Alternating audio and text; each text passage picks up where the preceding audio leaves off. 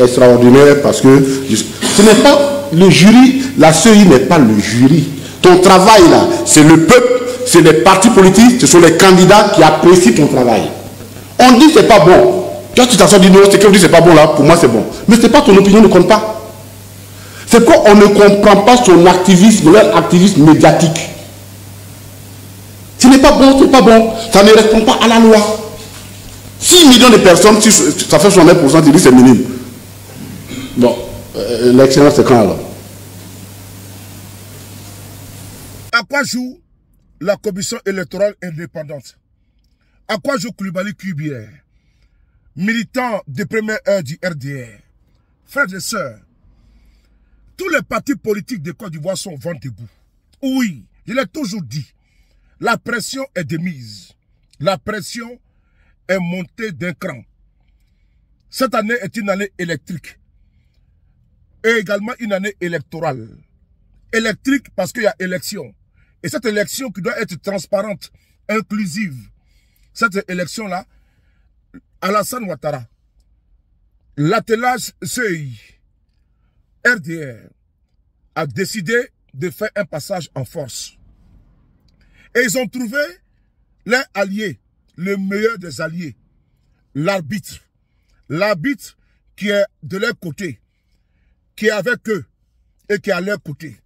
L'arbitre qui est censé être neutre. La commission électorale indépendante n'est pas neutre.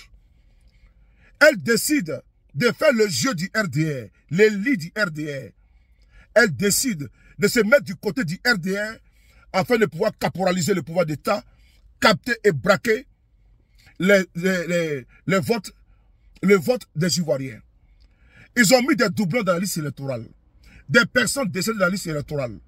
Oui, des mineurs dans la liste électorale. Des centenaires dans la liste électorale. L'opposition a sorti les anomalies. Le PPACI, son porte-parole, Koné Katina, le ministre Koné Katina, monte au créneau. Dénonce Coulibaly Kubier, dénonce le RDR, dénonce les pratiques peu orthodoxes de l'attelage RDR CEI. On écoute ici Koné Katina. Merci. Extraordinaire parce que ce n'est pas le jury, la CEI n'est pas le jury. Ton travail là, c'est le peuple, c'est les partis politiques, ce sont les candidats qui apprécient ton travail. On dit c'est pas bon. Toi tu t'assois dis non, c'est que vous dites c'est pas bon là, pour moi c'est bon. Mais c'est pas ton opinion ne compte pas. C'est qu'on ne comprend pas son activisme, leur activisme médiatique. Ce n'est pas bon, c'est pas bon. Ça ne répond pas à la loi. 6 millions de personnes, si ça fait 69%, tu dis c'est minime. Bon, l'excellence c'est quand alors?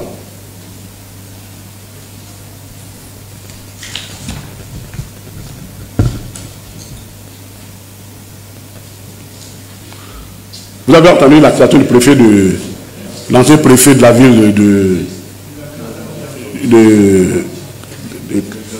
d'Abidjan. Toute la ville a voté à Marcouri. Maintenant on l'a envoyé chez les bancs. On dit quelque part dans un village vers Oumé. Il ne connaît pas le village. Mais lui on le connaît. Mais imagine des milliers de personnes d'autres. Qui entendra les cris? En plus de cela, il y a le contentieux qui est volontairement biaisé. Le contentieux est volontairement biaisé. Parce que la CEI a mis 2 types d'obstacles. Le premier obstacle concerne la restriction du nombre de bureaux devant lesquels on doit porter le contentieux. Je vous donne un exemple. À Cocody, il y avait 598 bureaux de vote pour les élections, les dernières élections. Pour le contentieux, il y a 7 bureaux qui sont ouverts. Seulement 7. Est-ce qu'il y a une meilleure façon de dissuader les personnes à aller contester ou alors aller contester ou du moins faire des réclamations? 2 lieux de vote, 2 lieux de contentieux et pour 7 bureaux. Vous imaginez, je suis à Tipa. Et puis j'ai un contentieux. Mon nom est mal écrit. On me dit qu'il faut que j'aille à Afridou, Gagnoua là-bas quelque part. Ou bien il faut que j'aille, je ne sais pas quelque part à...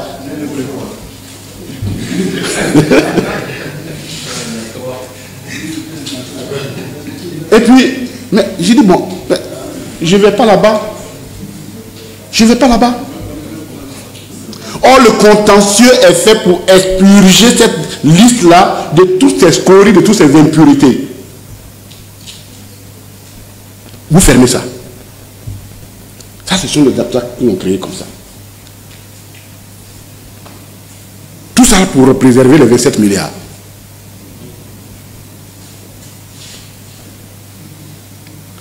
Mais en plus,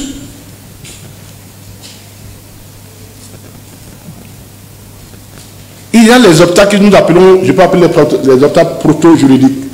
C'est-à-dire proto-juridiques, c'est même pas encore du droit. Des obstacles proto-juridiques.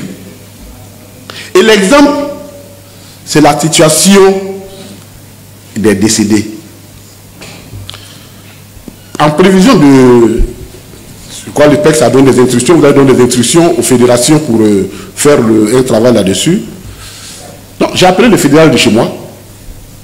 Et le fédéral, où en êtes-vous voir les instructions que le PEC vous a données? Il dit, on a trouvé 111 cas de décès. On allait témoigner, voir les chefs du village, ils ont témoigné, les parents ont témoigné. On envoie la CEI. La CEI dit il faut qu'on ait un certificat de décès pour chacun d'eux.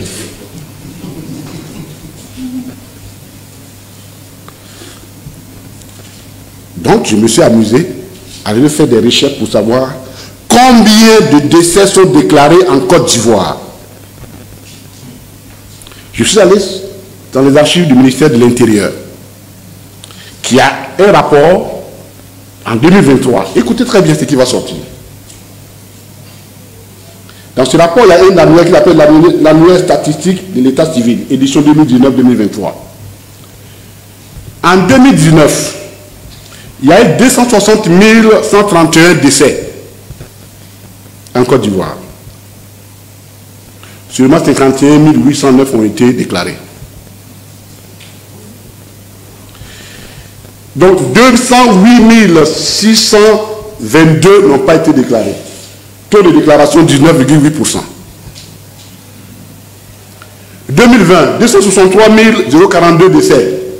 Ce ne sont pas nos chiffres, ce ne sont pas les chiffres qui sortent du laboratoire du secrétaire général du PPACI, ce sont les chiffres du ministère de l'Intérieur. Vous pouvez aller sur le site du ministère de l'Intérieur et vous allez voir ces chiffres-là. 263 042 décès. Seulement 53 626 ont été, 685 ont été déclarés. Taux de déclaration 20%. 2021, 266 173, 55 000, ainsi de suite, ainsi de suite. Au total, sur ces 4 années, ces 5 années, il y a eu 1 331 012 décès. Seulement 282 697 ont été déclarés. 1 48 315 n'ont pas été déclarés, donc 21,23%. Donc, les 79% qui restent là, c'est à eux on demande nos militants d'aller chercher acte de décès là-dessus. Soyez sérieux. Soyez sérieux. La loi dit que vous pouvez vous inspirer de toutes les sources d'information. Mais les chefs de village, là, ils font partie de l'administration. Pourquoi vous refusez de prendre les témoignages en compte si vous n'avez pas un intérêt caché à ça? Ce sont les auxiliaires de la... On les appelle les auxiliaires, monsieur le préfet. C'est comme ça que vous les appelez, les auxiliaires du corps préfectoral. Ils sont nommés par arrêté pour gérer un village qui est la circonscription, qui est la base la circonscription territoriale de base de notre pays. Ils vous disent, y compris témoigner des parents, hein, que oui, telle personne décédée chez moi. On dit non, non, il faut avoir un certificat de décès. Mais lui-même qui t'a dit ça, lui n'a même pas de certificat d'acte de naissance. Et tu dis, lui qui est vivant, il n'a même pas de papier pour lui, sur lui-même, il n'a qu'à chercher de papier pour celui qui est mort. C'est de la mauvaise foi. C'est de la mauvaise foi. Et quand on fait l'extrapolation, on se trouve sur 300 000 personnes qui sont encore sur cette liste-là, sur la base des calculs que nous avons faits.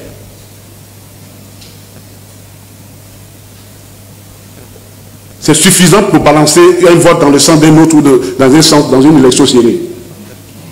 C'est largement suffisant. Ça fait 4% de la population électorale, c'est largement suffisant.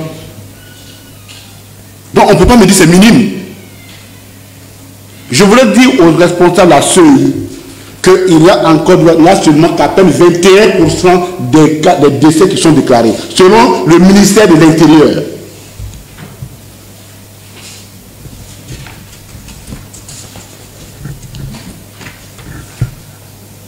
Donc un décès sur 5 seulement déclaré en Côte d'Ivoire.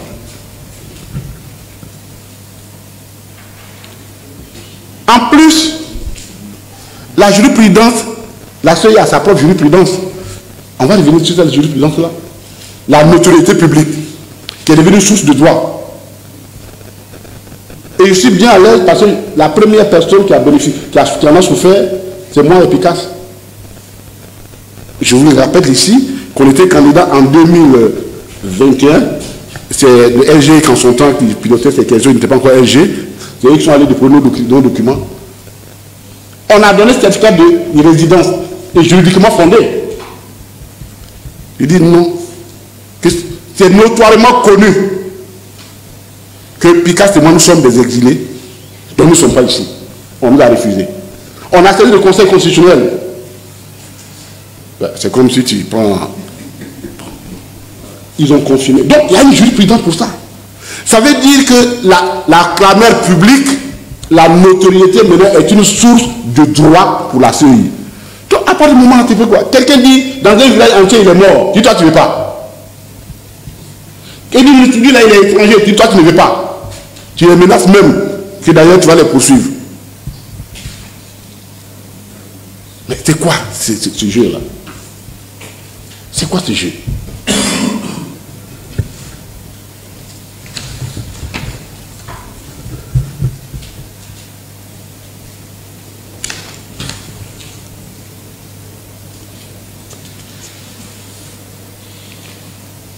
Et pour fermer le contentieux à double tour, hier, la CEI a fait un communiqué pour dire que eux, là, leur siège, là, ce n'est pas un centre de contentieux. Donc, nos 6 millions de personnes qu'on a recensées là, il faut qu'on se promène dans chaque... où ils votent, dans chaque lieu de leur contentieux, où il y a le contentieux, pour aller remplir 6 millions de fiches, leur déposer, et puis ils vont statuer là-dessus. Donc ils ne prennent pas en compte tout ce qui est fait de façon synthétique. C'est le dernier tour de clé pour fermer de façon hermétique le contentieux. Mais pourquoi la CEI fait ça?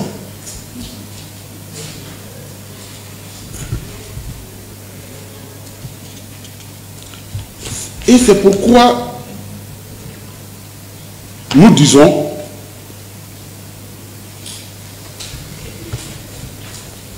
voyez-vous, un ancien de nous disait qu'un village, il n'y a pas de mauvaise foi que d'inviter quelqu'un, un manchot, à un repas, qui ne se mange qu'avec les doigts. Il n'en a pas. C'est ce qu'on nous demande de faire. Tu manges un manchot, tu dis viens on mange le riz, mais on le mange avec la main. Il fait comment? Tu ne l'as pas invité?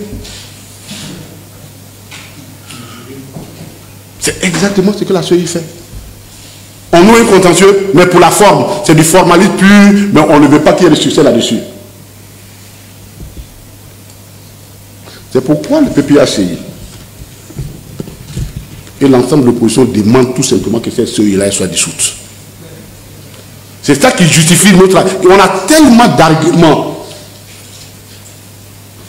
Ça, là, c'est suffisant pour que vous donniez du poids à notre requête en dissolution de cette CEI-là.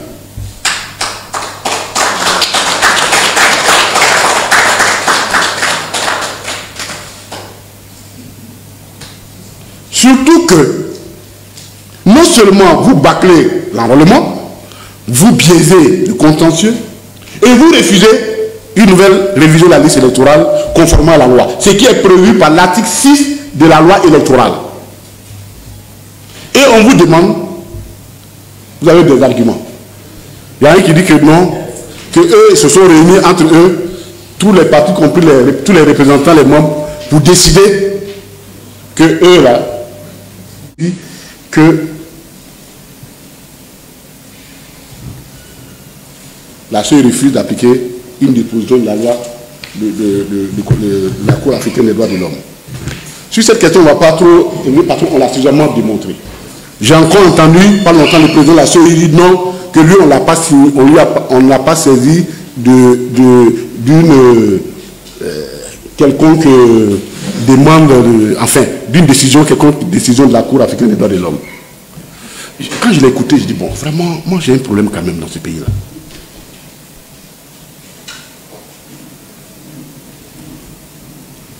Nul n'a besoin d'informer Cuibière sur la décision de la Cour africaine des droits de l'homme. Nul. C'est à partir du moment où nous l'avons ratifié, cette juridiction fait partie du corps des juridictions internes. Un point interne. Et comme la notoriété est devenue une source de droit reconnue à la CEI, source de droit reconnue à la CEI, d'information reconnue à la CEI, peut-être la CEI est la seule personne qui ne sait pas que la Cour africaine des droits de l'homme a rendu une décision demandant l'inscription du président Laurent Gbagbo.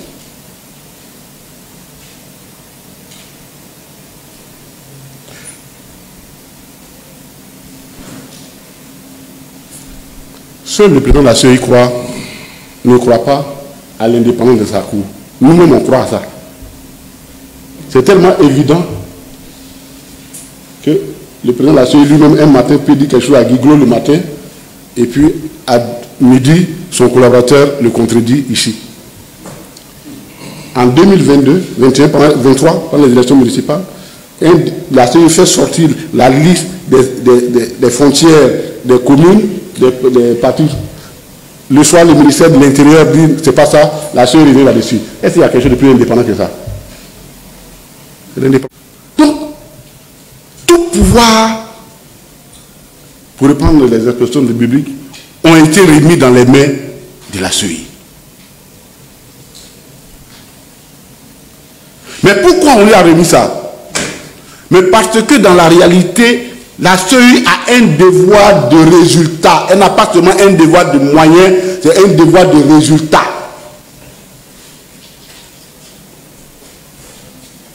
On ne peut pas avoir autant de moyens et nous faire sortir une liste électorale de cette façon.